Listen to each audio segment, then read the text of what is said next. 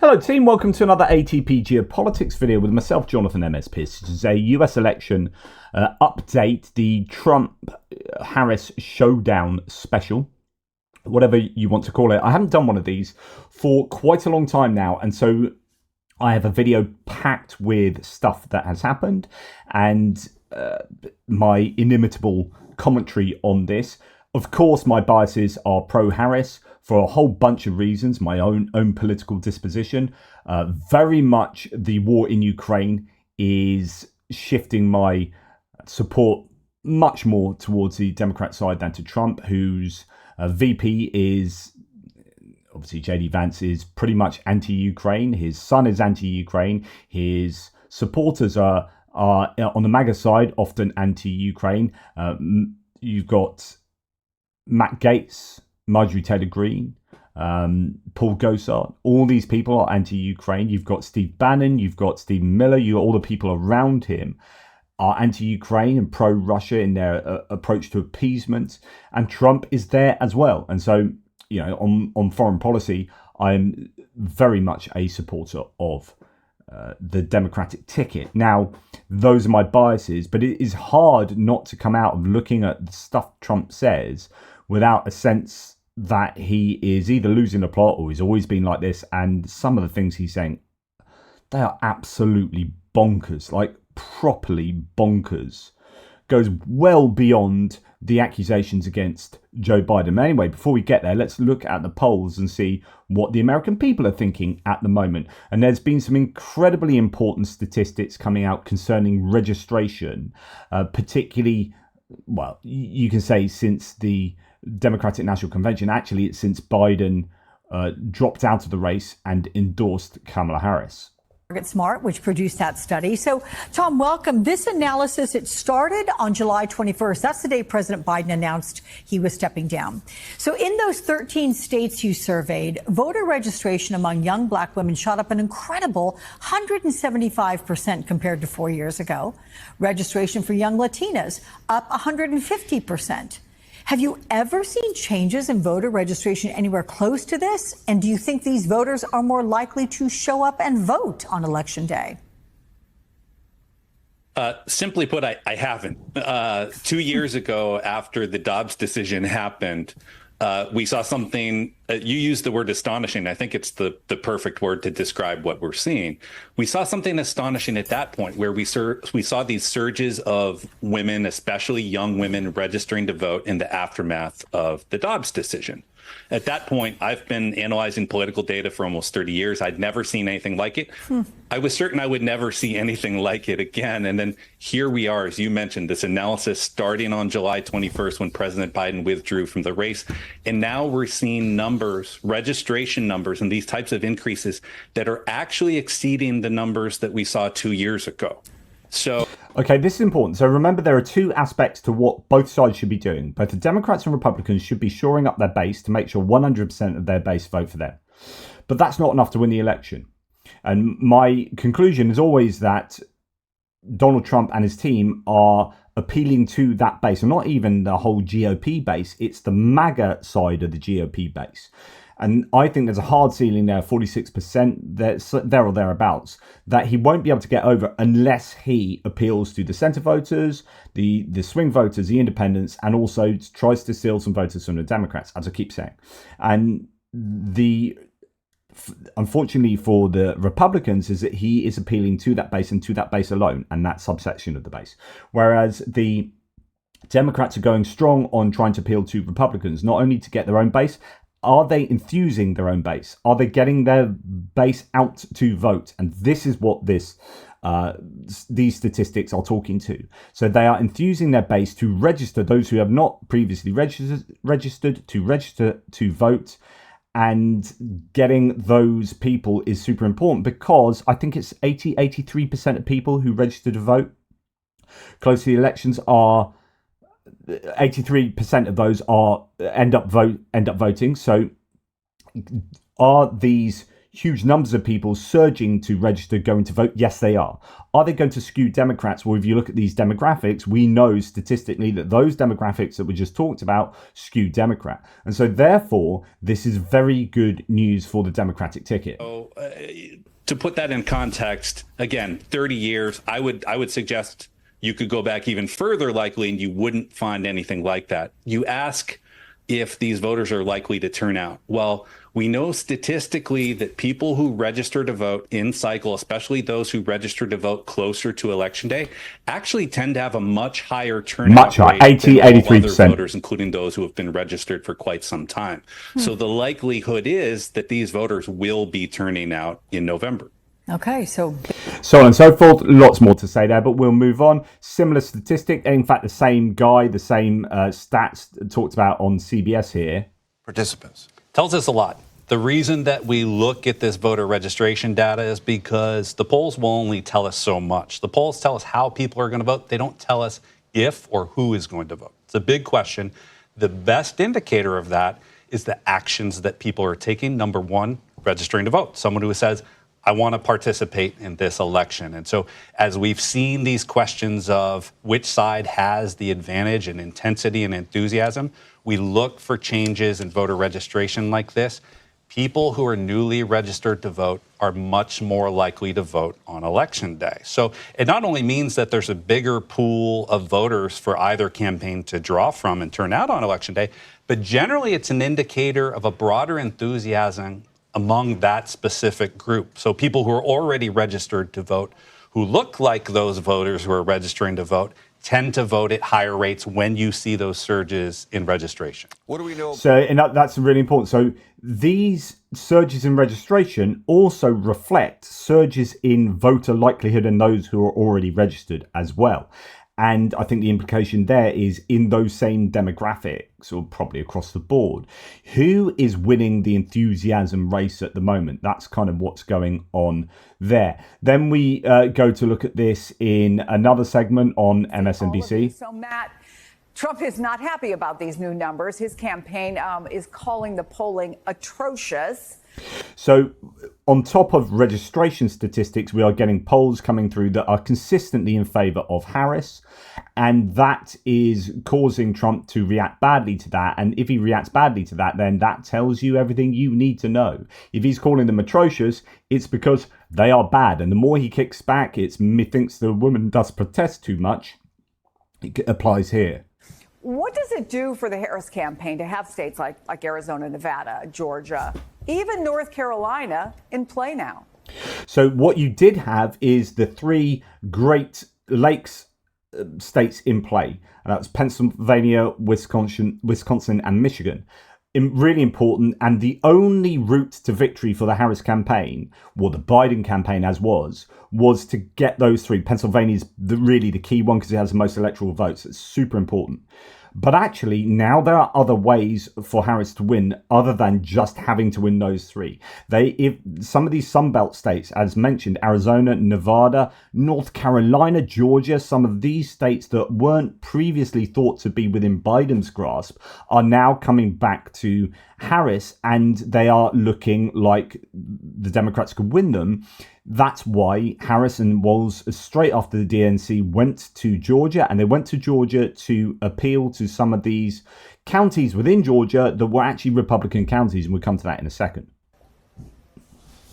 Well, the first thing I'll notice is anytime Donald Trump is attacking the polls, then you know he's in trouble. That's the clear signal. Every time he does that, you know he's in trouble, because every other time he hawks the polls, says, here's how great I am, I'm ahead in everything, and now he's attacking the polls, including Fox News, which is kind of amazing. Anytime you can have a larger map to compete in on electoral states, on swing states, the better for you. And I would add the only state that was added from 2020 to this year was a red state, North Carolina, that has been trending toward purple. And so we now have 7 states that are in play in the course of this election cycle. And my guess is, and we'll see what happens in the next couple of weeks, especially with the debate coming up, what is more likely to happen is of those 7 states, that the Harris-Walz campaign is more likely to put away some of those other states, maybe in the Midwest, before Donald Trump can recapture some of the southern or southwestern states that he has. And that puts him in tremendous difficulty. So what this is talking to is the idea that if some of these states are now in play and Donald Trump's team did not think they're in play, then they would not have apportioned money and set aside logistics ahead of time to try and win those states, because they were just assumed to be Republican wins when it was Trump versus Biden. Now with Harris putting money and effort and time to going to these states and you're seeing the polls rise in those states, the question is for the Trump campaign, is it too late to whack a load of money in there and try and make sure that they are going to remain Republican? And if you are going to put money and effort there, where are you taking that from? There's only a finite amount of resources that the GOP has. Far less fundraising has been successfully done for the GOP than for the Democrats. The Democrats got money to splash around. The Republicans are going to have to think very carefully on where they spend their much more kind of finite, obviously that's both finite amounts of money, but the much smaller pot of money that they have. Spending it in Georgia and spending it in North Carolina, which was not part of their plan, is going to hurt them elsewhere in maybe Pennsylvania, in Michigan, in Wisconsin. So this presents a number of problems for the Trump campaign. We're going to join us just a little bit further, if I remember the right time, over here. Bear with me 2 ticks. Here we go. Being the incumbent vice president at a time when there is considerable anxiety about the state of the country and the administration's ratings are dismal. For the moment, they have remade what was a re-election campaign for Biden into a referendum on Trump. I thought one of the most interesting parts of this poll, more Democrats as a percentage now support Harris than Republicans support Trump, not by a lot, but that is a big change. So if this is a referendum on Trump, does Harris win? And that goes to talk. I actually put it to the wrong place, but actually that's pretty good to talk about, because to be fair, this idea that there are more Democrats than Republicans is super important. So if you enthuse the electorate just in general, that will benefit the Democrats more than the Republicans, because they're just more registered Democrats. There are more natural Democrats in the US public than Republicans. That's just a statement of fact. Actually, it's going back to where I originally was. So, Gabe, these polls do seem to justify Harris's decision to kick off her post-DNC tour in Georgia. Where do these Sunbelt states fit into the overall campaign strategy going forward? Well, Chris, Kamala Harris and Tim Walz had already been looking at the Sunbelt states for the last several weeks. They were actually there earlier this month, but certainly this new polling seems to reinforce that decision to really expand the map, as you just heard Matthew talking about. This is a dramatic shift, Chris, from when President Biden was the nominee just a few short weeks ago. Kamala Harris now up 1 point in Arizona, 2 points in Nevada, but as you mentioned, of course, this is in the margin of error. However, this is highly, highly competitive.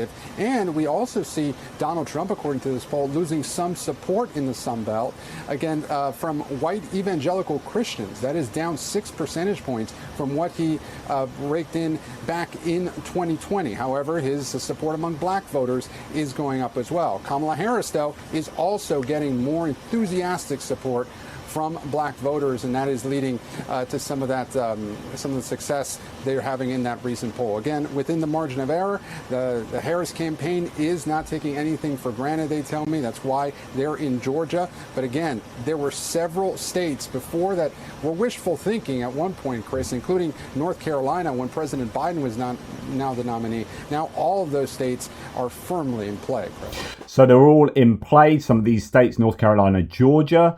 It comes as the Harris campaign has closed the gap in some polls in North Carolina. State Democrats haven't won since 2008, but Trump only won by just a percentage point in 2020. And our friends at the Cook Political Report are now moving the Tar Heel state from lean Republican to toss-up, along with moving Minnesota and New Hampshire to likely Democratic. And so, Biden and his campaign had really seemed to narrow their focus increasingly to defending those blue wall states. And so making an intentional choice to come out of the convention and have their first event in a state that, yes, President Biden carried 4 years ago, but was seeming to fall off the battleground map until he was replaced on the ticket, shows that they can really try to keep that momentum going. And they're not just visiting a battleground state. They're visiting a more red part of a battleground state. Now, this bus tour will take them into some blue counties, but into the redder parts of those blue counties. And it's really a strategy that we saw the Obama campaign use successfully. So it's really important. So what you are potentially seeing is that Donald Trump is generally either staying in Mar-a-Lago, staying at his golf courses or whatever, not doing enough campaigning. And when I say that, I'll refer you to an article that pretty much states this. Trump aides desperately, and this is going back a week, Trump aides desperately trying to stop him golfing and focus on election as critic says he's lost his mojo. So the Independent, they're reporting on the idea that actually his own team is slightly worried that he isn't doing decent strategic campaigning, that he's lost his enthusiasm, his rallies are very low key at the moment. Like, he's not as fired up as he used to be rhetorically and in terms of energy, and he seems to want to play golf more. Now, this is allowing the Harris-Walz ticket to take advantage there, to go to some of these places that are outside their comfort zone, something that Trump isn't particularly doing, not at the moment, and going to those places and chipping away at that Republican support and winning a few percent here, winning over a few percent there. And if they can do that in enough places, then actually it tips a balance in Georgia really effectively.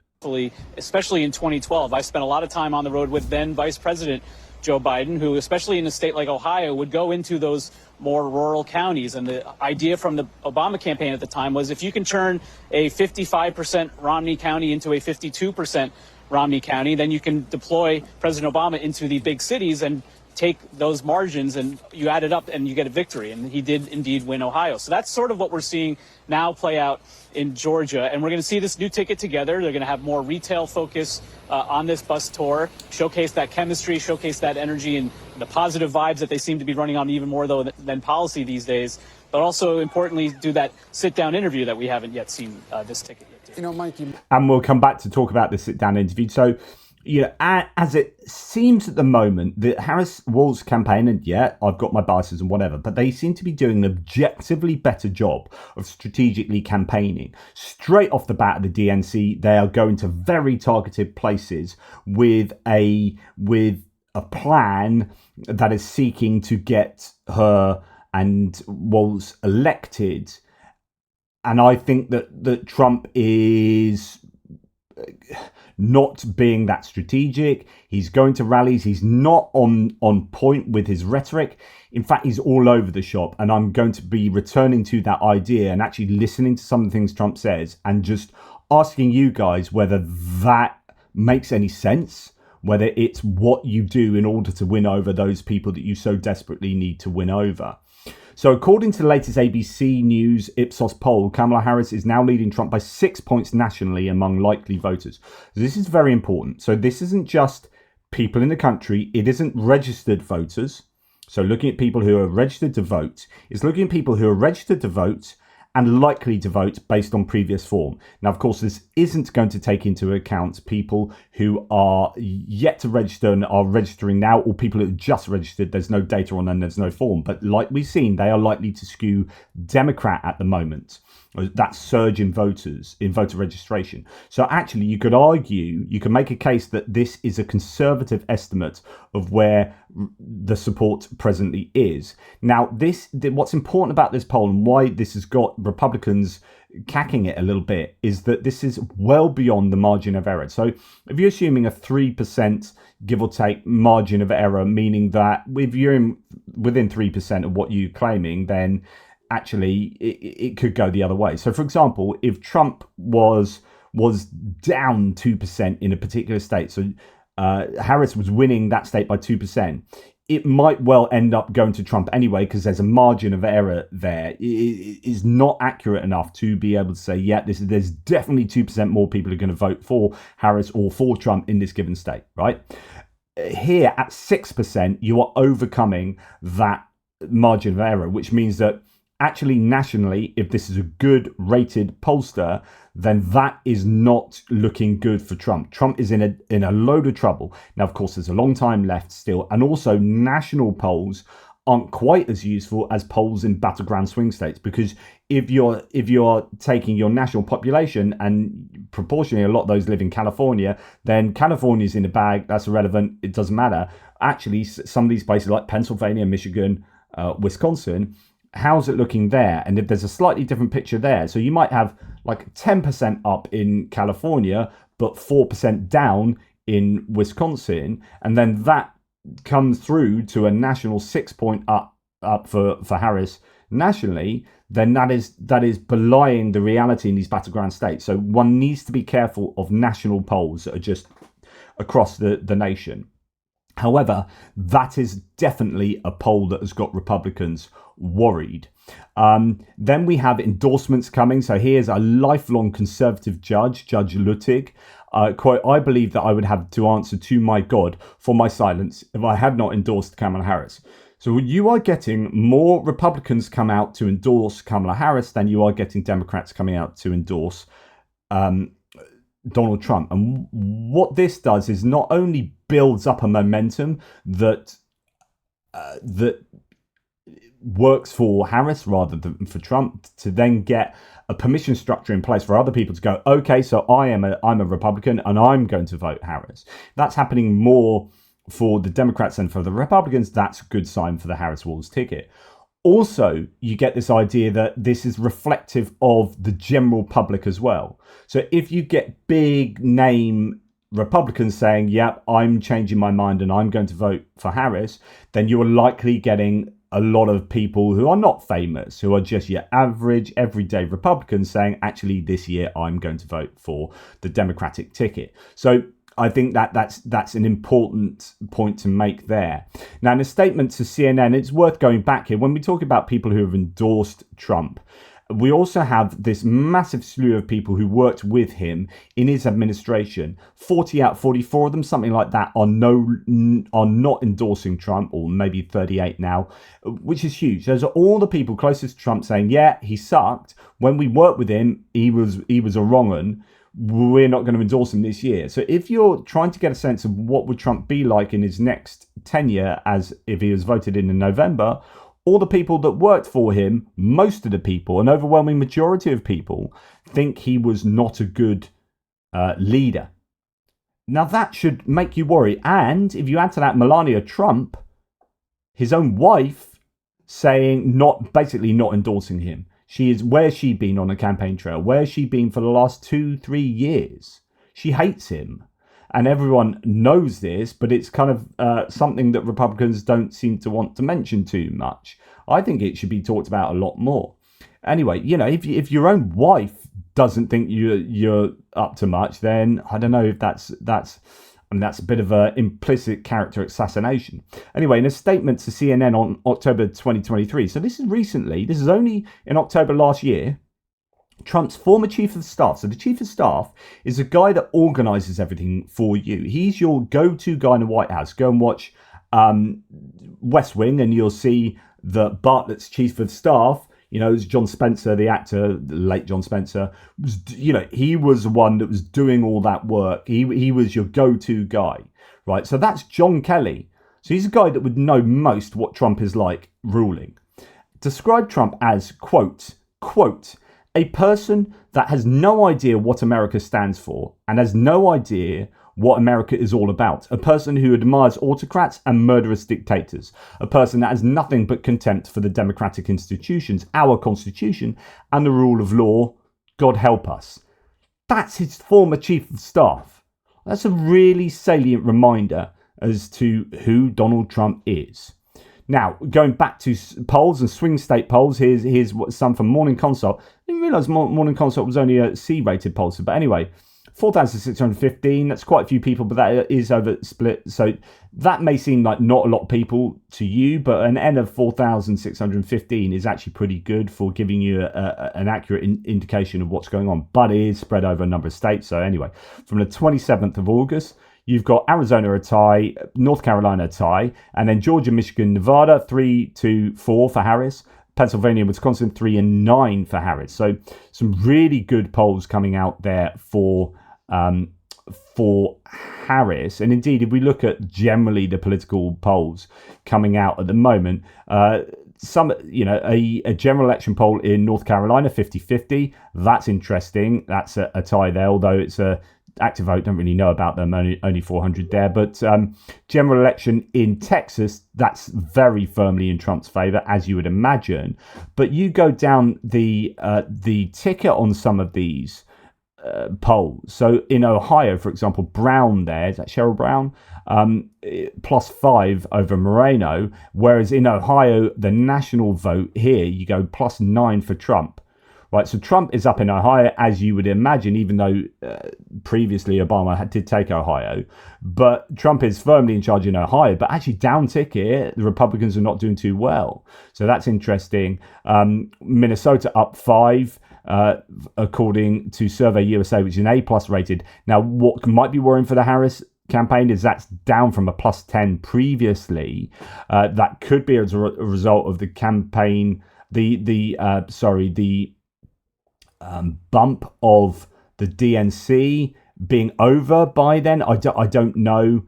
Some people are complaining that there hasn't been a bump for the convention, right? The bump was very small. So the Republicans, that's their criticism. The reality is that bump was seen over a much longer period than usual. So normally you just have, who we know is going to be the nominee, and they lead up to the convention, and everyone's like, okay, we know who it is. And then convention happens, everyone's like, there's actually not as much of a bump as people. I think the average is 1.1% or something. So there's usually a tiny bit of a bump. What happened with the Harris situation was that bump happened before, during, and then a little bit after. So it was an elongated bump that was a huge bump, but it already happened. So by the time you finished the convention, you had already seen that bump in the stats, in the polls. All the polls that we're seeing are basically campaign plus DNC bumps.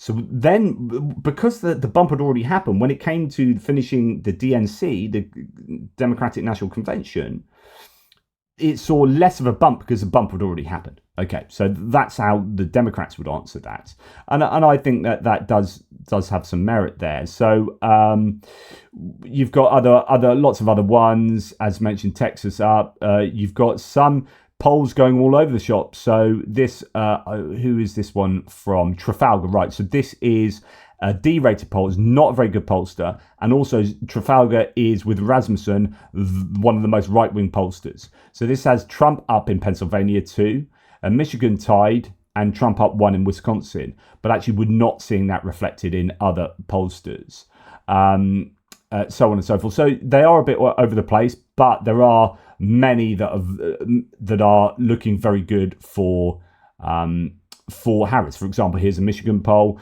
Harris up 3, and the last one was Trump up 1. Right, so that's a nice 4% swing towards Harris there. So on and so forth. General election poll has Harris up 6. It's a whole general election poll where previously she was up 1. That's Clarity Campaign, which is B-rated pollster. So again, the polls are generally looking very good for Harris. When we go to 538, the average of polls has Harris up 3.2 on average. Now that's going to be taking into account averages over. I don't know how they do it over time.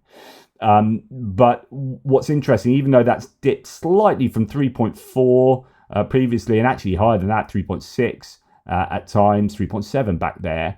I said back there, that's only sort of a week or more ago. When we look down at the polls coming in, when I was showing you, not that I've done this for an awful long time, but when I was looking personally at the 538 polls that come in on a daily basis, and you see them here totted, not totted up, but added on, it would be mainly red on the right. So mainly Trump up on Biden, as it was then, and occasionally Biden up here or there in certain polls. Look at this. 100% of the polls on that page are blue on the right, which means Harris is up. Harris is up 5, 5, 3, 4, 1, 2, 18. No, or is that 10? Probably 10, actually. 6, 7, 6, 6, 7, 5, 5, 4, 4, 3, 4, 2, 4, 2, 1, 5, 4, 6, 4. So there's not a single Trump up here until you get down to the Echelon Insights one that I talked about last time, which had Trump up 4, but that was against Biden because it was an older one, so that was up against Biden. But if you look at all of these ones, generally all the polls are coming in with Harris up. That's going to be making the Trump campaign very, very nervous. Anyway, so that's the polling. Polling data is looking good for Harris at the moment, but they want to sustain that, and they do that by having a strategic approach to where their bus campaign goes. Okay, now we're going to go to one of the biggest news events that happened, which is the Arlington Cemetery debacle. Okay, what happened is, well, the question is, what did happen? He was asked to go by pro-Trump a veteran who are buried there. Families wanted him to go there, but it got turned into a bit of a circus. So he went to go and lay a wreath at the cemetery, but the problem is he then went to an area of the cemetery called Article 60, I think, or Area 60, where you aren't allowed to have big sort of press shows. It's an apolitical area. And this is the rule. This is law. I think there are some saying he's actually broken the law in what he did, but I'm not too sure about that. But anyway, he tried to go into this area to have a photo ops done, and a woman from the Arlington Cemetery was there, and she said, "Nah, that's not going to happen." And then they physically pushed her out of the way. So let's read a few things on this, and then had this photo shoot, but it's actually arguably a bit more complex than that. So the US Army rebukes, and the US Army has come to the aid of the person who was shoved out of the way after the Trump campaign accused her of being mentally ill or something. Just absolutely incredible. Anyway, the US Army has rebuked the Trump campaign for the incident at Arlington National Cemetery. Quote, Arlington National Cemetery routinely hosts public wreath-laying ceremonies at the Tomb of the Unknown Soldier for individuals and groups who submit requests in advance. ANC conducts nearly 3,000 such public ceremonies a year without incident. Participants in Section 60, participants in the August 26th ceremony and the subsequent Section 60 visit, so that's different from the wreath laying, which can be a bit political. This can't be. That the participants in that visit were made aware of federal laws. So these are laws then, so it arguably did break the law. Army regulations and DOD policies which clearly prohibit political activities on cemetery grounds. An ANC employee who attempted to ensure adherence to these rules was abruptly pushed aside. Consistent with the decorum expected at ANC, this employee acted with professionalism and avoided further disruption. The incident was reported to the JBM and HH Police Department, but the employee subsequently decided not to press charges. Therefore, the Army considers this matter closed. This incident was unfortunate. Of course, imagine if that woman did press charges, as they probably normally would do, but given the absolute hate and scorn poured on people that go against the MAGA movement, getting called out, doxed, and all sorts of stuff that often happens, and death threats that follow, then it was probably wise that they didn't from a personal point of view. But they said the incident was unfortunate. It's also unfortunate that the ANC employee and her professionalism has been unfairly attacked. So they're standing by her, rightly so. ANC is a national shrine to the honoured dead of the armed forces, and its dedicated staff will continue to ensure public ceremonies are conducted with the dignity and respect the nation's fallen deserve. So here we have him doing a smiling thumbs up, kind of political, I guess, political stop off at these graves that was seen by many as being really not on. Then he shared posts of the Gold Star families praising the cemetery visit and criticizing Harris. So this has then become a bit of a political and media circus. Breitbart goes, super right-wing. Trump releases statement from Gold Star families. Harris, quote, disgracefully twisted Trump's cemetery visit into a political ploy. But of course, that's not really what happened. So it was the media that got hold of this. It wasn't a Trump campaign twisting it. Yeah, Harris did say some things, but this was just this was the news. This is what happened. It wasn't twisted. But anyway. The statement is the latest in what's been a week-long spat between Trump and Harris in relation to the former president's conduct at the cemetery. Quote, President Trump was invited by us, the Gold Star families, to attend the solemn ceremonies. The question is, does that look solemn? Not really. Solemn ceremonies commemorating the 3-year anniversary of our children's deaths, the statement read. He was there to honour their sacrifice, yet Vice President Harris has disgracefully twisted the sacred moment into a political ploy. The Republican faced public backlash on Monday after NPR, not Harris, reported the campaign staff verbally abused and pushed a cemetery official who was trying to stop them from filming and taking photographs at the gravesite while the candidate participated in a wreath-laying ceremony at the personal invitation of the Goldstar families. The cemetery official has reportedly declined to press charges over the matter. Okay, so and then Harris accused Trump on Saturday of staging a political stunt. And of course, those families are saying, no, you're twisting this into a political ploy. But this was literally a political stunt, especially when you hear what was actually supposed to have happened as a result of this. Everything about the Trump Arlington story is bananas. But maybe the most bananas part was the actual plan itself to secretly film a fake established memorial event and then claim Harris refused to attend. And this is what we saw actually being the claim that was sort of emerging from this. So here is from talkingpointsmemo.com. 3 days ago, the Trump campaign held a campaign event in Arlington National Cemetery. The idea was to lay a wreath honouring the 13 members of the US military who were killed during the evacuation of Kabul in 2021 and film a political ad. They would distribute the video and attack Vice President Harris and President Biden for not showing up for their campaign event, which they sought to portray was an established memorial. As soon as the video circulated, military policy experts I know said right off the bat they were shocked that the campaign had been allowed to hold a campaign event on the grounds of the cemetery and circulate video of it. It isn't just unseemly, it's against the law. How were they allowed to do that?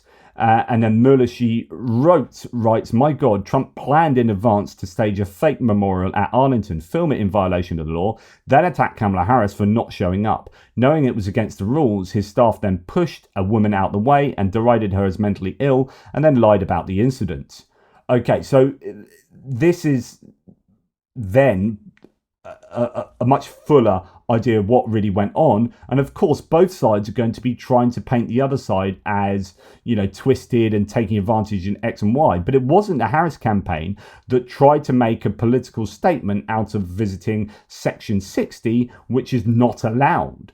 Marty Taylor here says the Arlington Trump scandal spreads. According to reports, Speaker Mike Johnson pressured a reluctant Pentagon and Arlington staff to give Trump access to the hallowed grounds. After intense pressure from Johnson, Arlington staff relented as long as Trump followed the rules. He did not follow the rules and illegally used the graves of fallen soldiers as a background for political ads. Trump was accompanied by Utah MAGA GOP Governor Spencer Cox, who has already used prohibitive photos with himself, Trump and veterans' gravestones in a fundraising email. This is an outrageous breach of protocol by Johnson, Trump, and whoever else decided to use dead heroes' graves as a political prop. I'm beyond disgusted by this insult, but to all veterans and to America.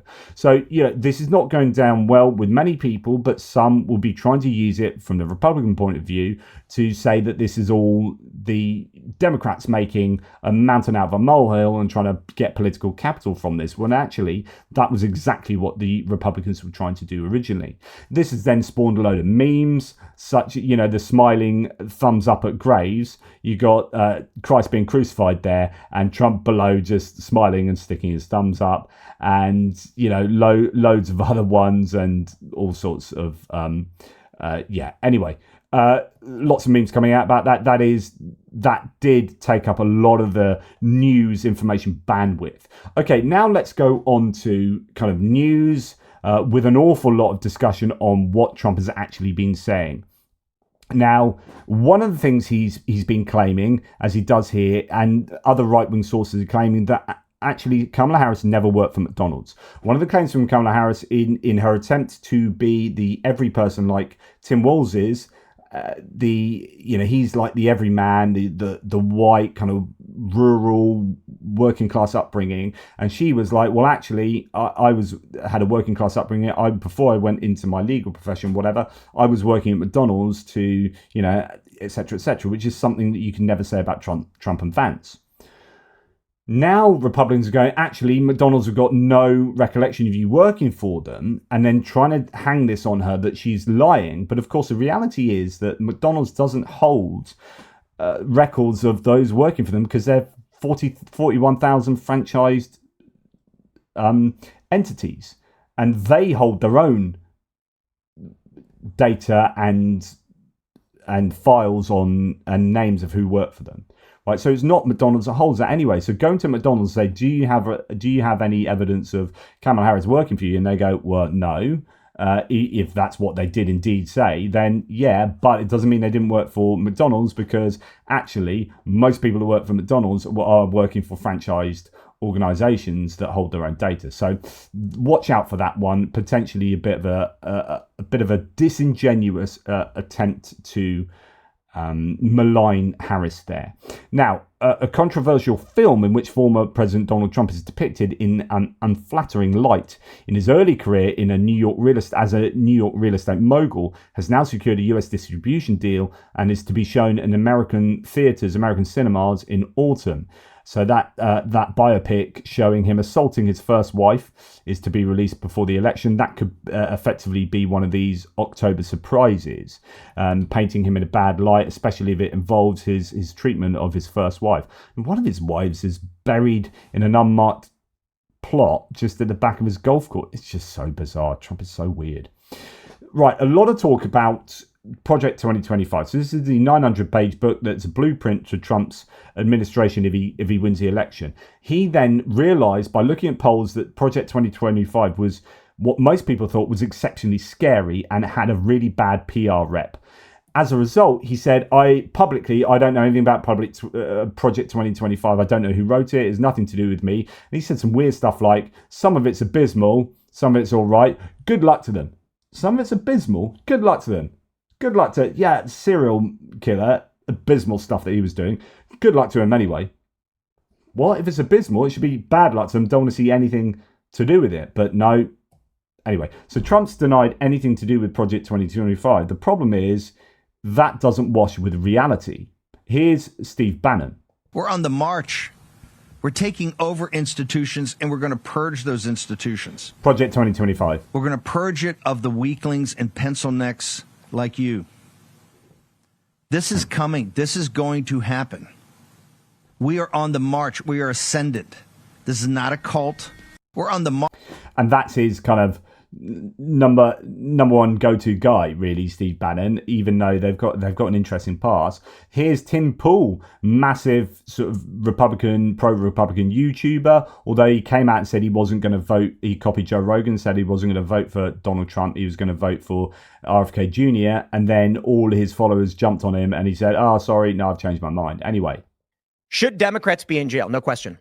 When Donald Trump gets elected, should he start locking them up? No question. Should there be lists of Democrats that need to go to jail? 100%. And the reason he later deleted this video, I've showed this to you before, but just to give you an idea of Project 2025 and the sorts of things that it wants to do, which is purge the government of naysayers. And for that is they've committed crimes. We need to make sure that when Donald Trump wins, we've got an attorney general, a deputy attorney general, a head of the CIA and the FBI. Kash Patel would be fantastic. We can have Attorney General. There's some names floating around. And then they can start having their investigators and the feds issuing subpoenas, pulling up evidence, and with real evidence, bring them to judges for warrants. Then these people can spend three years of their lives fighting tooth and nail for the crime against the government for crimes they committed, and we can prove. Yeah. And the reason why we put them on trial is that we can show the whole world we will uncover what you've done. We will make sure everyone knows, and you will be held accountable for it. Not just jail, they should get the death penalty. You know, we actually used to have the punishment for treason in this country. So kind of advocating the death penalty for Democrats. So Democrats should get the death penalty for treason. And of course, that got later deleted because it was deeply disturbing. Now, here we have Donald Trump, claiming that he knew nothing about Project 2025. Not that Tim Pool was like explicitly Project 2025, but it's the whole idea of like you are like arranging the government in a way that you can purge it of naysayers, etc., etc. And I keep promising to do a video on Project 2025 at the time. Anyway, Trump said on Truth Social, I know nothing about Project 2025.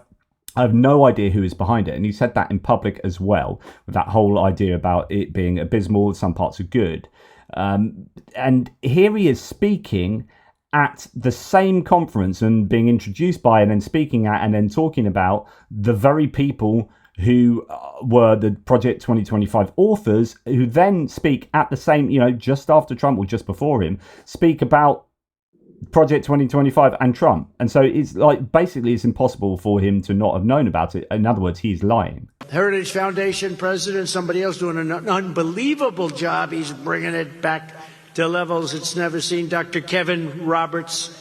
So Kevin Roberts is main guy in the Heritage Foundation, who are the main people behind Writing 2025. And when he's saying he's bringing it back, what's he bringing back? Well, he's bringing back that he's referencing Project 2025 there as a thing that's being brought in to give your guidelines for Republican rule. Kevin, thank you, Kevin. Our Project 2025 has developed a comprehensive policy agenda. So remember, look at the background. This is at the same event that Trump was just talking at. Okay? 5 has developed a comprehensive policy agenda. We want no credit. We want the American people, if President Trump is elected again, President Trump and his administration, to take credit for that. The critical job of institutions such as Heritage to... And interestingly, you can barely say that as well. Like, what? Heritage? Institutions such as Heritage. The critical job of institutions such as Heritage to lay the groundwork, and Heritage does such an incredible job at that. This is a great group, and they're going to lay the groundwork and detailed plans for exactly what our movement will do and what your movement will do. They are laying down the detailed plans for what our movement will do and what your movement will. That's literally Project 2025. So he is lying when he says he has no idea about it. Groundwork and detailed plans for exactly what our movement will do and what your movement will do when the American people give us a colossal mandate to save America. And that's coming. That's coming. There you go. So Trump is lying about Project 2025. That much is obvious. Right, a couple of interesting news pieces on music. So ABBA and their record company Universal Music have demanded that Trump no longer use songs by the legendary Swedish band at his campaign events. The label said it had not received any requests to use the music and Trump had no permission or license to do so. Svenska Dagbladet wrote that hits by Dancing Queen, hits such as Dancing Queen and Takes It All, The Winner Takes It All, were recently played at a Trump rally in Minnesota. So they are asking Trump to stop using their music. Well, actually, it gets even worse. He's been taken to court by the family of Isaac Hayes. He was using Isaac Hayes' music famously in his recent rallies, and they asked him to kind of cease and desist type thing. Anyway, it's received confirmation that Donald Trump did not have a political use license to play Hold On, I'm Coming and in his rallies, so the lawsuit will proceed. In other words, he didn't have the rights to do that. The implication was that they did have the rights, so that's why they're playing that music. And actually, they didn't have the rights, and they are going to get a copyright lawsuit slapped on them by Isaac Hayes. Obviously, they are not happy with Trump using it from their own political point of view. But you got to do things correctly, and he doesn't do things correctly. He still owes money to police forces and airports when he was campaigning in 2016. He's been unable to go back to certain airports because he still owes them money. He's the whole thing. Like, I haven't included it here, but his digital trading cards that he's trying to sell for $99 a pop, and if you buy 75 of them, which is $7,500, then you get to go into a raffle to have dinner with him. It's insane. Just such grifting, but it also shows that they really, really need money. And then when you look at the small print of where that money goes, there's still a lot of that money going to his legal fees. Yeah. Anyway, so for those keeping track, Trump has now picked fights with the US Army, so Arlington, Bud Light, the whole woke commercial thing with Bud Light, the NFL, Taylor Swift, expecting the next battle to be against apple pies. Chris Lasavita reposting this, hoping to trigger the hacks at the Army. So Lasavita is still, I think, hanging on to being in charge, him and Susan Wiles, in charge of Trump's campaign. Chris Lasavita saying, reposting this, hoping to trigger the hacks at the Army. Like, why are you picking a fight with, is this really what you want to be doing?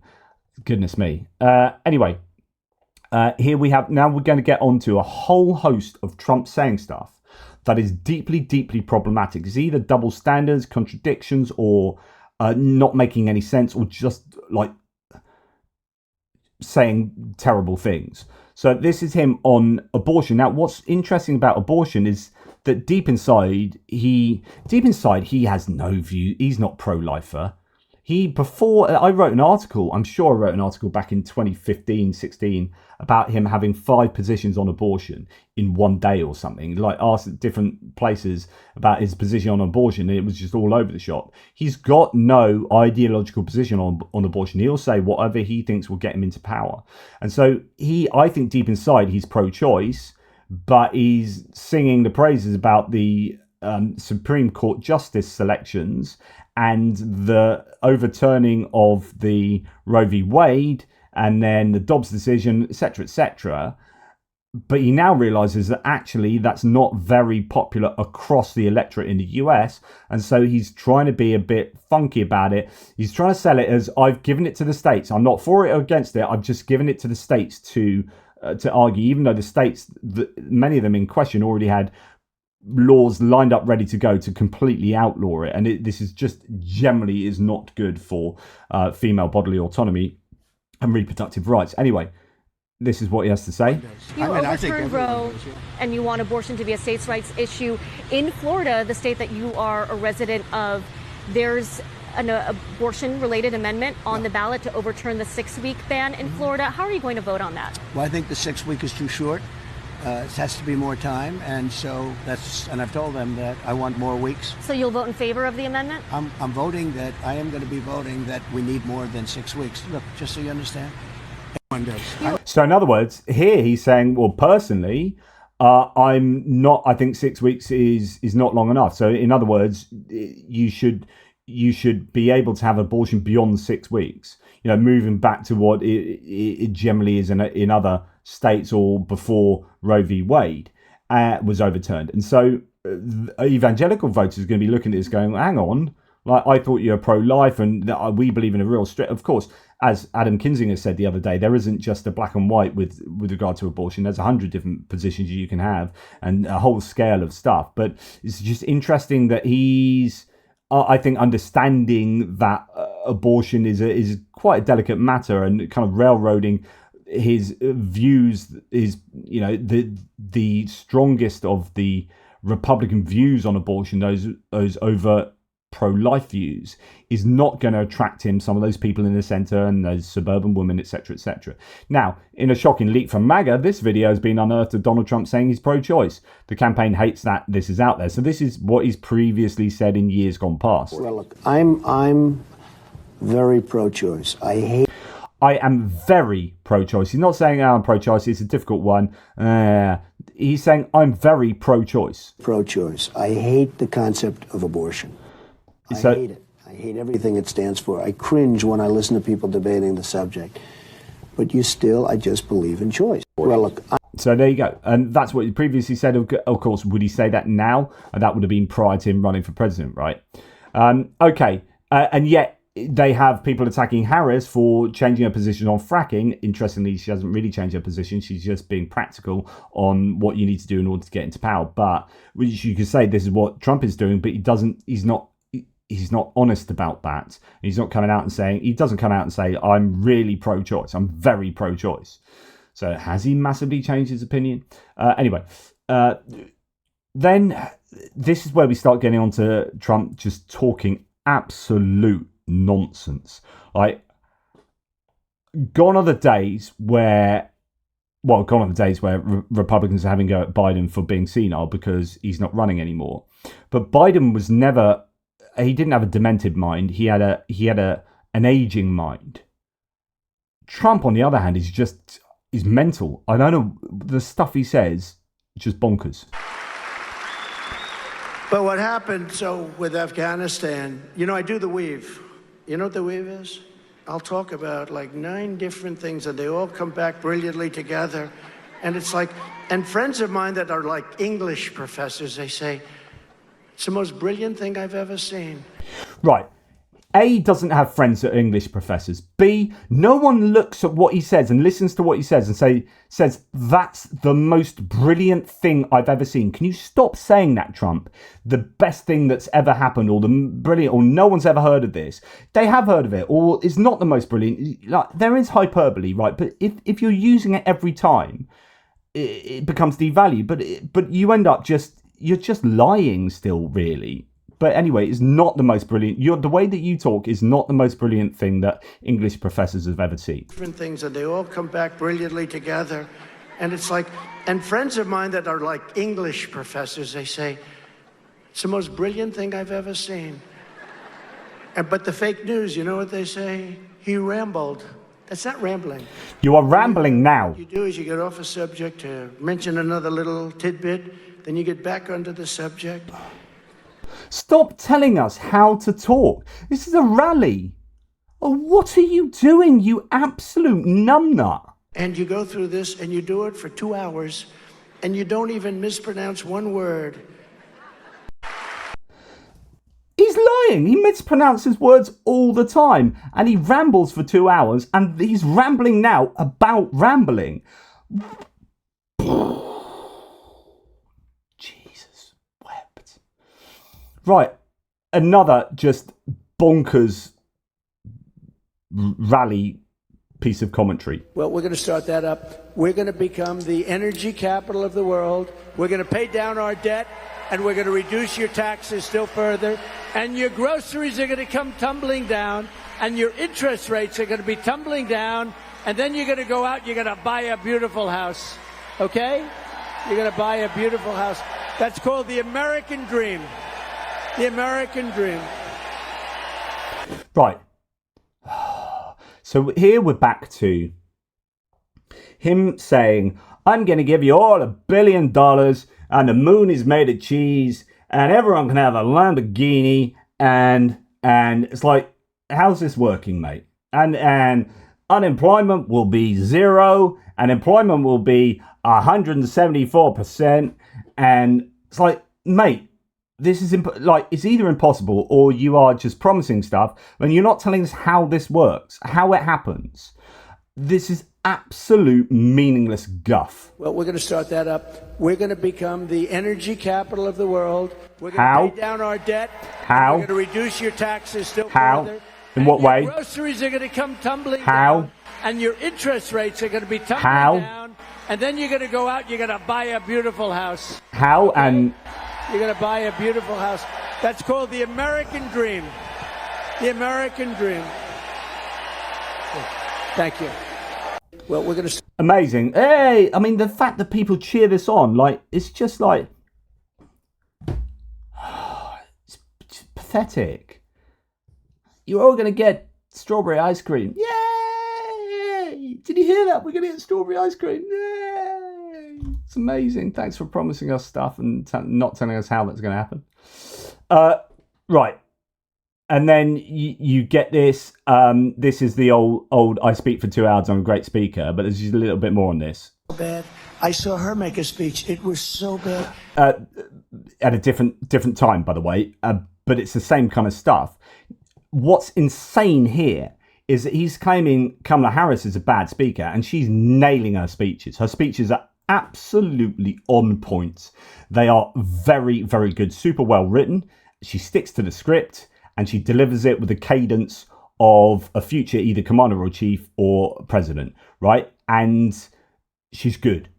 He, on the other hand, is bollocks, and yet he is projecting here. So bad. I saw her make a speech. It was so bad. And after they get off, this was one of the greatest performances we've ever seen in our country. With me, I make a speech. I speak for 2 hours. Everybody loves it. I got thousands of people, by the way, outside trying to get in. They never said Trump's a great speaker. I don't even want that, but... Because you're not. They never say Trump's a great speaker. They never say Jonathan M.S. Pierce is the most beautiful human being on earth. He's so good looking that he can get a modeling contract straight away. They never say that. No, they don't say that, mate, because you're butt ugly, Pierce. Sort it out and stop talking nonsense.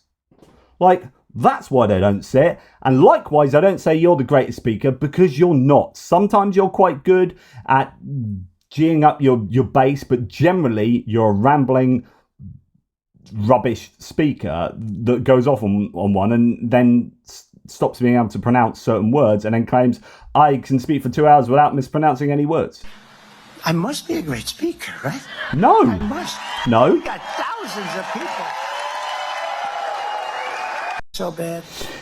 Of course, for him, his only jury are the people at his rallies and the people in his information spaces and echo chambers. So if he says, I must be great at something because look at all you people, you all say I'm great at this thing, or you all cheer when I say X, so therefore X is true, or I must be good at X. Like, yeah, get out that bubble. And this is why when he starts looking at polls, his mind gets blown. His mind gets blown because he's existed in this mollycoddled space for 8 years now, whereby he's actually not that cognizant of the reality on the ground and of what real people actually think of him.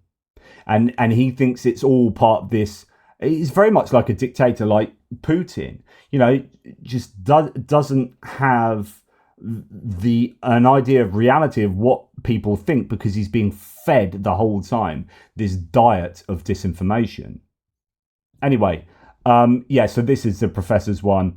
No need for me to say that one again. Sorry, that was doubled up. Right. Okay. Now, this is just great. I watched this clip 12 times and I literally cannot follow one coherent thought from start to finish. So this is the guy that says, I'm a brilliant speaker.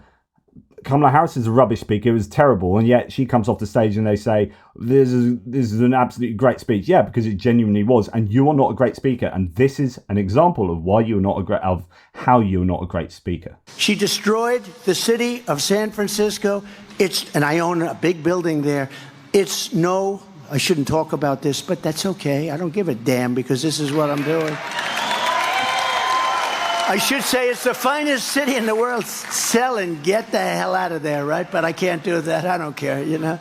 I lost billions of dollars. You know, somebody said, what do you think he lost? I said, probably 2-3 billion.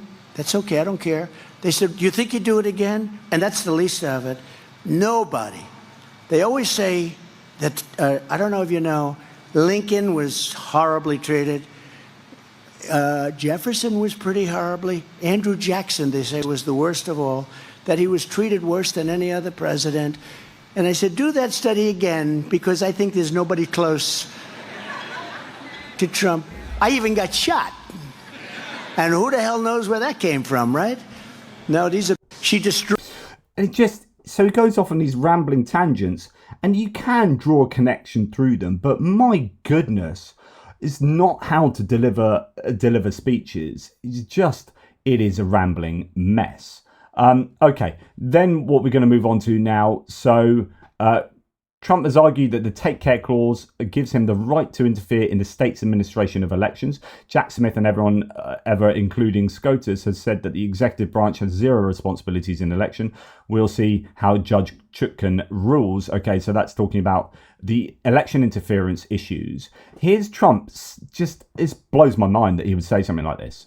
Whoever heard you get indicted for interfering with a presidential election where you have every right to do it? He's saying you've got every right to interfere with the presidential election. There you go. There's your problem, mate. And he's like, who would believe that they would have a problem with that? Whoever heard you get indicted for interfering with a presidential election where you have every right to do it?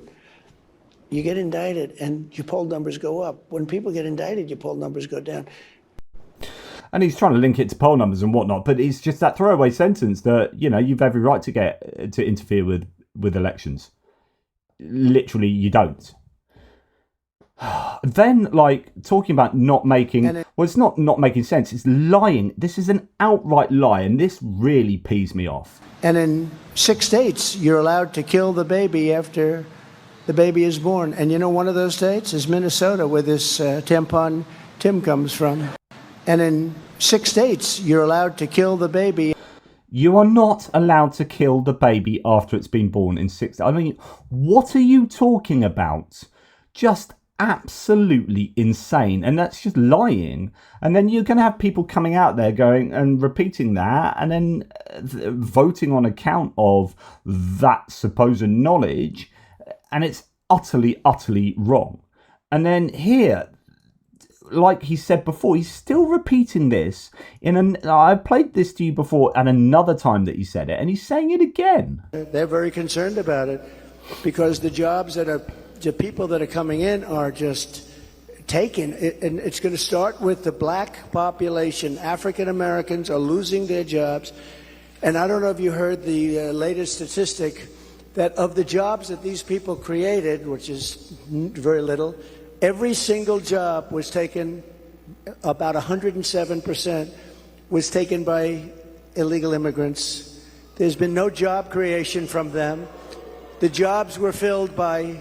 That gets people booing in the audience, right? He says, of all the jobs created, 107% of them go to legal immigrants, which makes no mathematical sense. You have the most amount, all jobs are 100% of jobs. Now, all of them could be taken by illegal immigrants. So we've created a small amount of jobs, 100% of them have gone to legal immigrants. 107% of them are gone. Makes no sense, dude. And yet you got people booing. I don't think they're booing, though, on account of his poor maths grasp, which is what I'd be booing for. Boo! You can't do maths. Boo! About 107% was taken by illegal immigrants. There's been no job creation from them. The jobs were filled by illegal immigrants. With all of that being said, I want to give you a very positive answer. We're going to win this election. We're going to turn. They're very... Okay, I don't know if this is the one that was a town hall, ended up being a town hall. I don't know if it's this one, but there was a rally he went to where he thought he was going to be just giving a talk. It ended up being a town hall where he sat down and was being interviewed by I can't remember who it was. Was it what's her name from Fox News? Anyway, he was being interviewed and he started off by saying, "I didn't have a clue that this was a town hall. No one told me anything." And he was just having this kind of weird moment where he was saying that, that he didn't have a clue what he was doing. And I thought, oh my goodness, he doesn't actually have a clue what he's doing. He doesn't know what he's doing from one day to the next. He doesn't have a grasp on his own campaign, the trail, what he's doing, why he's doing it, why he's going to one place, why he's giving a talk rather than a town hall, or a town hall rather than talk, or this county rather than that county. He's just being wheeled from one place to the other, wants to be playing golf, ends up being there and goes, "Well, I didn't know I was going to be here."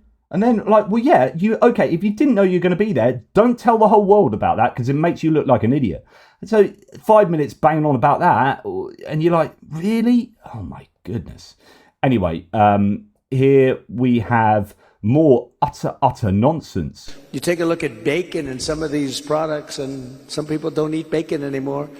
And we are going to get the energy prices down. When we get energy down, this was caused by their horrible energy wind. They want wind all over the place. But when it doesn't blow, we have a little problem. You take a look at... he has these ideas, but he can't syntactically, grammatically, coherently string them together. And so he just goes one idea, which is malformed, and then plop another idea, and that like dominoes, he puts me onto his next idea. Sometimes they're connected, sometimes they're not really connected or tenuously connected by, anecdote of mine or by some kind of connection through experiences I've had previously. It's like some people don't eat bacon anymore. This was caused by their horrible energy. What does that even mean, caused by their horrible energy?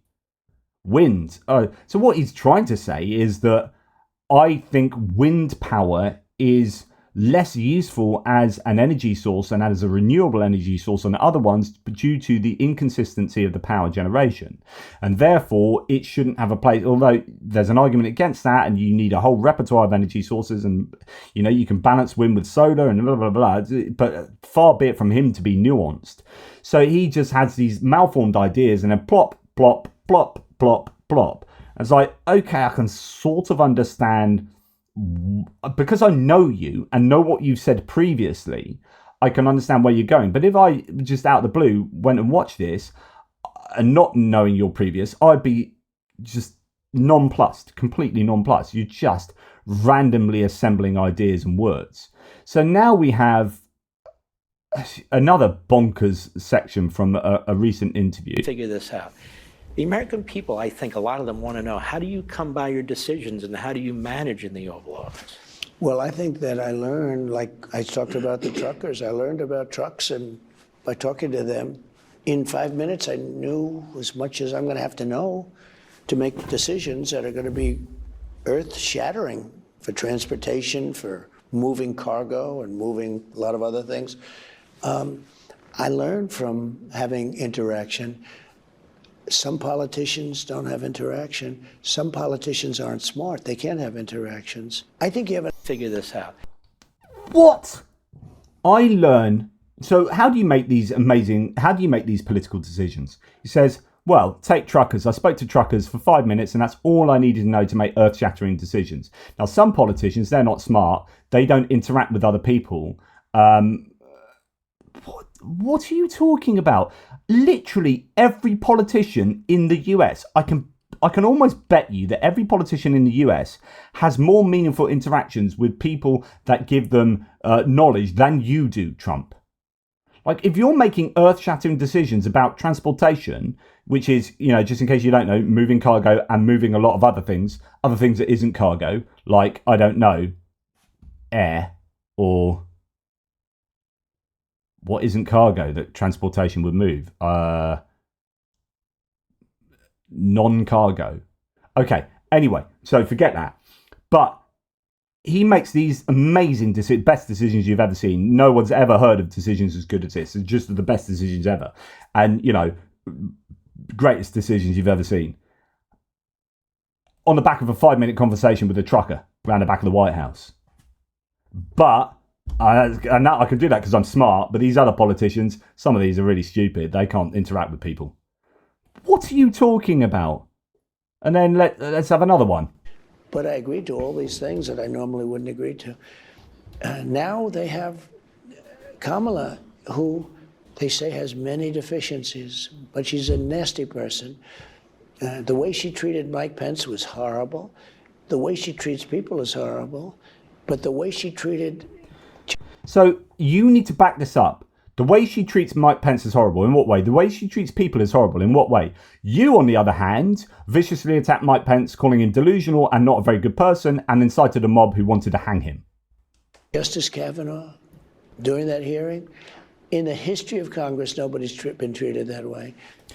In the history of Congress, nobody's been treated that way. She was strong on Kavanaugh, as she should have been, as every politician should be, who is trying to work out whether this is the right Supreme Court judge for the Supreme Court of the United States of America. You shouldn't just go, oh, how many sugars do you like in your coffee? 1? Brilliant, you got the job, thanks very much. No, it's like, right, I'm going to give you a hard line of questioning. No, you're not answering the question. No, you haven't answered the question. Blah, blah, blah, blah. She treated him as she should have done, prosecutorially, brilliantly. And that was good. Yet for Trump, that was, I think he's used the term with violence. Like, he saw that as just absolutely incredible. Then with just a few more of these, it just blows my mind that people are going to vote for this man. And so I just ask you, there's been an explosion in the... This is the town hall where he wasn't expecting to be speaking at the Mums for Liberty.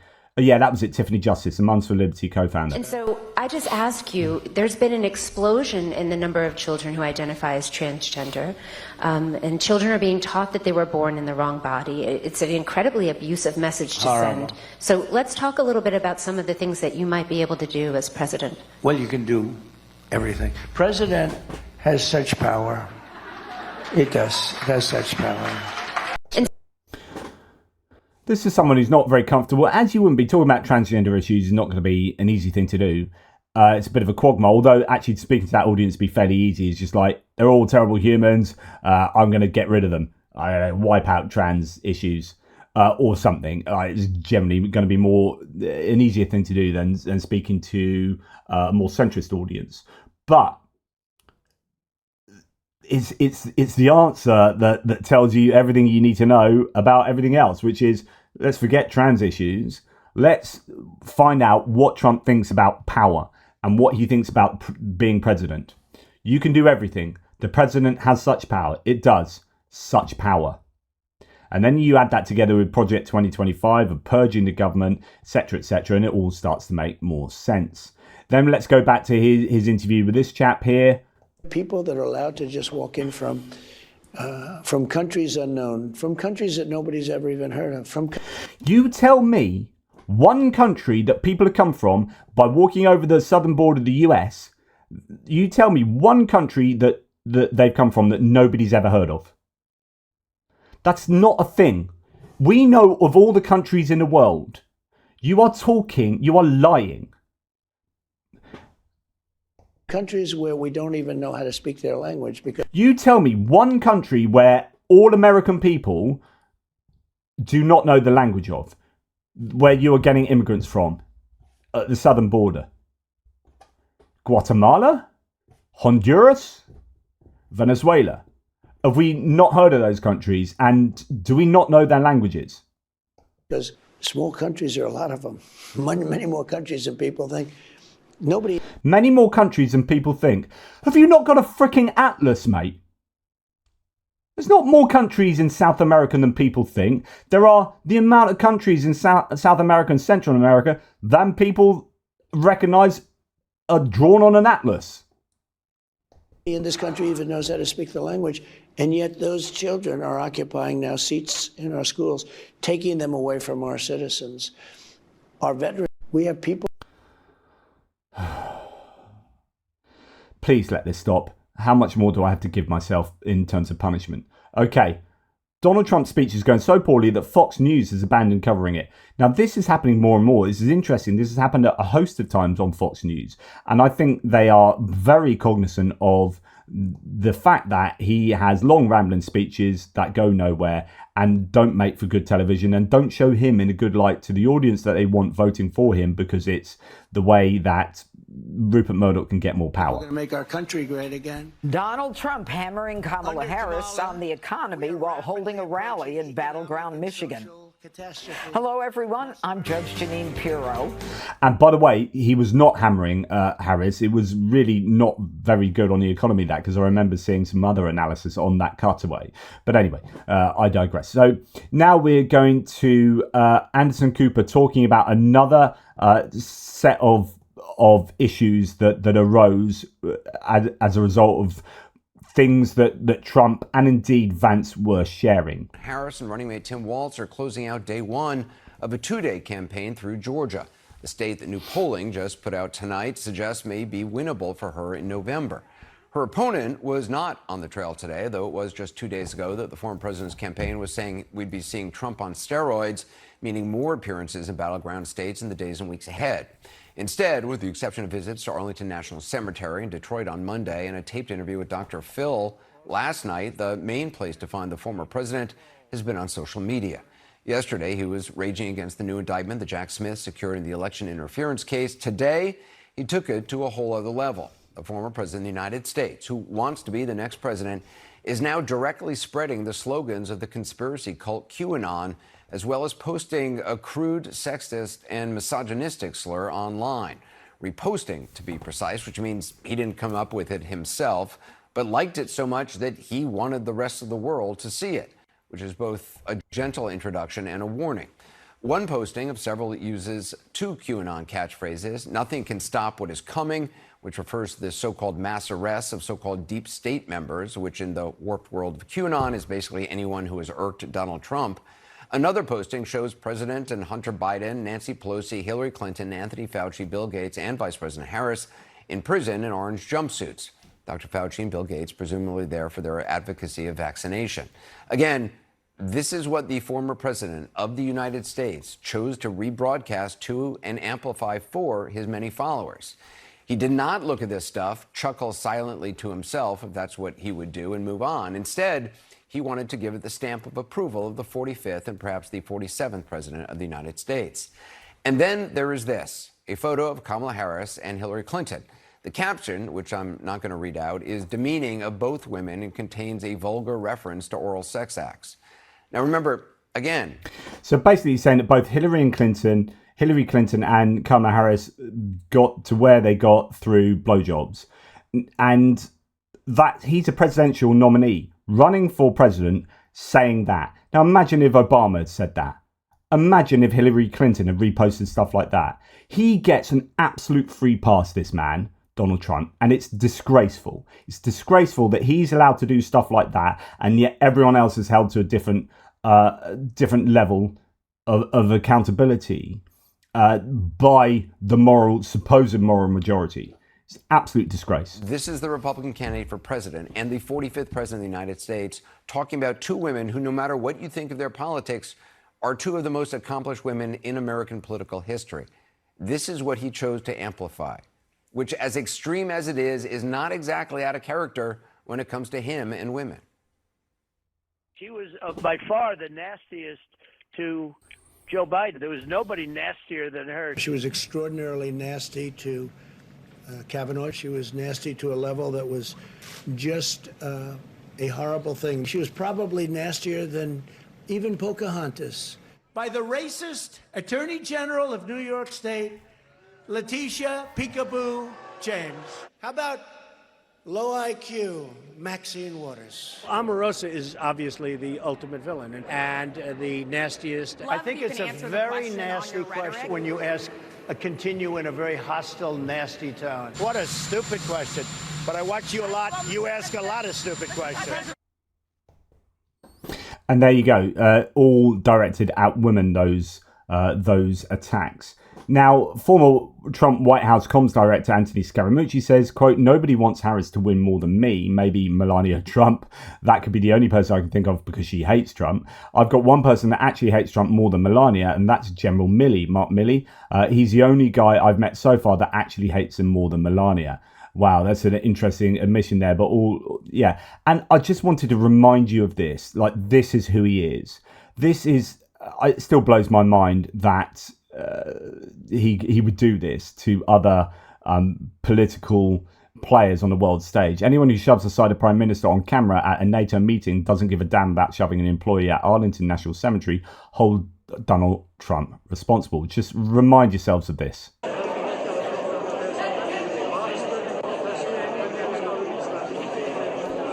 See that again.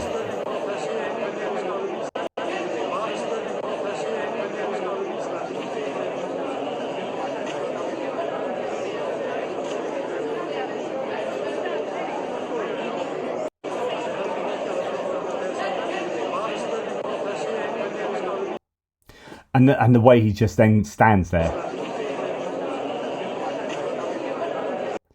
Just yay. Anyway, there you go. That's the selection of Trump quotes and what he's been up to. What else do we have to say just very quickly, because this is one of my longest ones? Well, J.D. Vance was booed off stage. So J.D. Vance was booed off stage, and I think I played that to you previously, at a firefighter union conference. Here's Tim Walz, the Democrat vice president nominee, receiving a huge applause from the very same union. And this is super important in terms of who is playing the right game in terms of attracting the vote from either solidifying their own base or taking it from the middle or the other side. Please welcome Minnesota Governor and Democratic candidate for Vice President Tim Walz to our IAFF family. Now, the way he just interacts with the audience, knows who they are. He's got that working knowledge of this union, of what they stand for, and he can make those connections. J.D. Vance stood up there in his very dull way and did not appeal to anyone there and got booed. Governor Walz.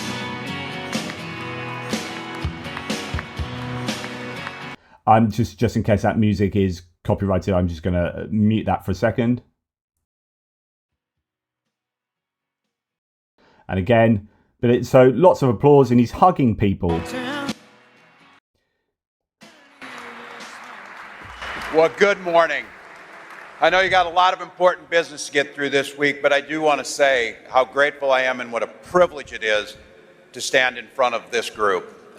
Thank you, President Kelly, Thank you for every single day advocating for the 350,000 heroes that you know that you represent with passion. And to General Secretary Treasurer Lima, thank you. This is an incredible leadership team. I got to use a point of personal privilege and a shout out to your 5th District VP from Bethel, Minnesota resident, Tom Thornburg. Tom, it's great to always see you. It's just like, right, I'm going to speak to this person, this person, this person, to all of these people either know about or would appreciate me shouting out, and that gets them on side. It's just such a change from J.D. Vance. J.D. Vance says he supports Project 2025, the plan to take total control by purging the federal government. So this has come out. Trump should do, like if I was giving him one piece of advice, fire every single mid-level bureaucrat, every civil servant in the administrative state, replace them with our people. And when the courts, because you will get taken to court, and then when the courts stop you, stand before the country like Andrew Jackson did and say the Chief Justice has made his ruling, now let him enforce it. Fire everyone in the government, then defy the Supreme Court. Firing everyone in the government, defy the Supreme Court. That's what he advocates, and that is Project 2025 in a nutshell, at least part of it. Okay, that then brings us on to the interview, the much anticipated interview on CNN between Dana Bash and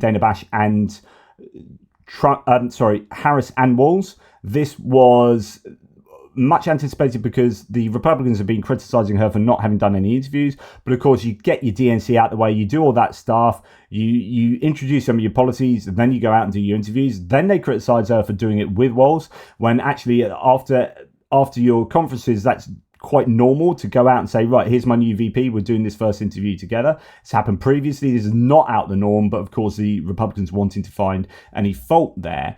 Pundits are calling Vice President Kamala Harris's first interview with Dana Bash a game changer. Kamala Harris was dynamic, intelligent, presidential. These are all traits Donald Trump does not possess, is how the Democrats would sell this. Now, my take on this is that the interview was perfectly decent. Right? There's nothing wrong with it. If you saw that interview outside of this context with a president and a VP and a CNN journalist, then normally you'd just be like, yeah, it was all right. It was good. She did pretty well. But it'd just be whatever. Like, I've seen hundreds of these interviews with the UK Prime Minister and so on and so forth. Whatever. But because there'd been all of this anticipation, people were worried that it was going to be a disaster. Loads of people on the Democratic side. And yet Kamala Harris sat down and she nailed every question. Perfectly fine. There you go. Whatever. There are lots of pieces you could pick out from this. You talked about, you call it the opportunity economy. You are well aware that right now many Americans are struggling. There's a crisis of affordability. One of your campaign themes is we're not going back. But I wonder what you say to voters who do want to go back when it comes to the economy specifically, because their groceries were less expensive, housing was more affordable when Donald Trump was president. Well, let's start with the fact that when Joe Biden and I came in office, during the height of a pandemic, we saw over 10 million jobs were lost. People, I mean, literally, we were all tracking the numbers. Hundreds of people a day were dying because of COVID. The economy had crashed. In large part, all of that because of mismanagement by Donald Trump of that crisis. When we came in, our highest priority was to do what we could to rescue America. And today, we know that we have inflation at under 3%. A lot of our policies have led to the reality that America recovered faster than any wealthy nation around the world. But you are right. Prices, in particular for groceries, are still too high. The American people know it, I know it, which is why my agenda includes what we need to do to bring down the price of groceries. For example, dealing with an issue like price gouging. What we need. So why I'm playing this is because earlier on we heard Trump stand up at a rally and say, you're all going to have loads of money, we're going to cut taxes, you're going to be able to buy a big house, blah, blah, blah. I'm like, well, how are you going to achieve that? And he just like makes these vague promises and no one holds them to account. And you've got Kamala Harris here that sits down, and then she goes on to explain this in more depth, but she sits down and says, right, this is where we're at, this is why we're there, and this is what we've done already, and this is what we're going to do. So it's what we've done is really good, but there's more to do. And if you vote me in, that more to do would be built on what we have done, and it will bring our successes to an even greater level. And I, it's just really kind of competent stuff here. So it's what some people are saying. So Simon Rosenberg, the Democratic strategist here, saying journalism is more than reading Republican talking points and asking Democrats to respond to them. So a lot of criticism for Dana Bash from Democrats were that she was just reading out a series of right-wing talking points and acting on behalf of the right wing. So she would have felt like she would have to hold Kamala Harris to account and wanted to be extra harsh on her, but she ends up really just sending it in a direction of Republican talking points, as if you had like JD Vance interviewing Kamala Harris. So you get these criticisms from both sides of the aisle concerning the interview itself. So, as someone says, I took notes to keep track of the questions in the Kamala Harris interview. Only 4 questions weren't a GOP attack or a talking point in the form of a question. How does this type of interview help voters understand the policies at all? And then, on the other hand, New York Times, some people calling out New York Times for really going really being very almost pro-Trump, pro-Republican, as Mueller, she wrote, says, F the New York Times, pass it on. Their headline was, a vague, vacuous TV interview didn't help Kamala Harris. But actually, lots of people are claiming that that's exactly what it did do. It did exactly what it needed to do. Here's the bulwark, former Republicans and conservatives who are pro-Kamala Harris. That said, she did a good job. And she got through it, and she got all her, the answers to the tough questions, which were going to be Biden's cognitive decline, switching your position on Israel, switching your past positions. I think it seemed authentic. And as I was watching, I don't know about you, Tim, I just felt like, okay, why are we obsessing about this when the average swing voter is A, not going to see it, and B, isn't going to care? I mean, I think for donors and, nervous stakeholders like us, it was a big thing. But in the middle of watching, I thought, wait a minute, nobody cares about this. It's not the debate, right? What did you think? I mean, my answer is, why did we watch this? To make sure it wasn't a disaster. And I didn't think it was going to be a disaster or expect it, right? But there is this, they did kind of let this get built up to this point. And this is why, I think they've played almost perfect baseball. So the Harris team, since she took over. So, these are minor quibbles, but I kind of just think she should have just done a couple of shorter, easier interviews. So it wasn't like this buildup. It's like the first interview 40 days later. And in fairness, when she first got the VP gig, did kind of stumble on some interviews. Like the Lester Holt interview is the most famous one. So I think why we watching it, just to be like, okay, we're good, right? Like it's all good. And the answer is, we're good, right? I mean, she checked the boxes. You could tell she was extremely prepped and comfortable both on those challenging questions. That was my... So most people on the Democratic side saying she did a really good job of that. Now, one of the most famous questions, I think it was this one. I may have got the part wrong here. So let's just listen to this. That she did say she'd put a Republican in her cabinet. Oh, no. You had a lot of Republican speakers at the convention. Will you appoint a Republican to your cabinet? Yes, I would. Anyone in mind? Yes, I would. No one in particular in mind. We got 68 days to go with this election, so I'm not putting the cart before the horse, but I would. I don't really care about that. So that's a really sensible thing. When you're trying to appeal to steal Republican voters, say something big like, I am going to, or I'm considering getting in a Republican into the cabinet, then that is very sensibly done. Really good move there from Kamala Harris and her team. So this is one of the most famous parts of the interview, actually. And this was really well done, I think, by Kamala Harris. Respond to Trump saying you turned black or whatever. He suggested that you happened to turn black recently for political purposes, questioning a core part of your identity. Yeah. Any same old tired playbook. Next question, please. Yeah. That's it? That's it. Okay. That was nice. That was excellent. Just smile. There we go. Time to move on.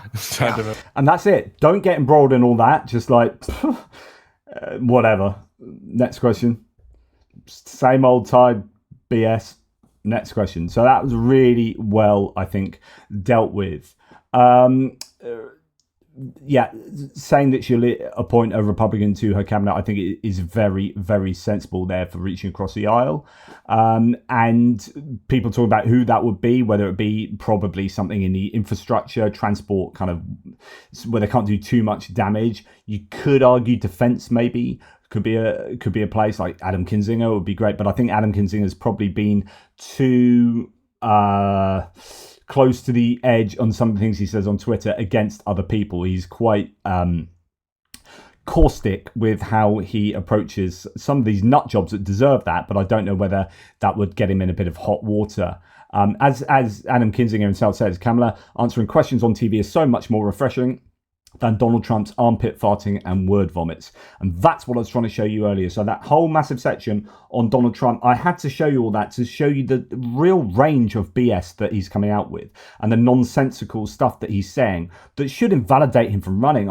He's just not got the smarts to do it. He's not got the smarts to run as president. Kamala Harris does. It's obvious. It's freaking obvious, but people are so far into their kind of cultish situation, either from a GOP point of view or from a Trump point of view, that they can't see that and they can't bring themselves to ever vote for the Democrats or not vote for the Republicans. That is just cognitive dissonance reduction takes over, and they end up trying to justify in very roundabout ways voting for someone who should not receive any justifications for a vote. Certainly not rational. So there you go. That's my take on it. A lot's happened. This is a massively long video. If you've got this far, congratulations. You'll win a new house. I will send you a moon made of cheese, and I will give you a tax cut. You will be richer than you've ever been before, and you'll probably be able to speak more languages than you ever knew existed. And I'll pay for you to go on holiday to countries that you never knew existed as well. Like, incredible. Obviously I won't, because I'm not going to lie through my teeth to you. Take care, everybody. Speak to you soon.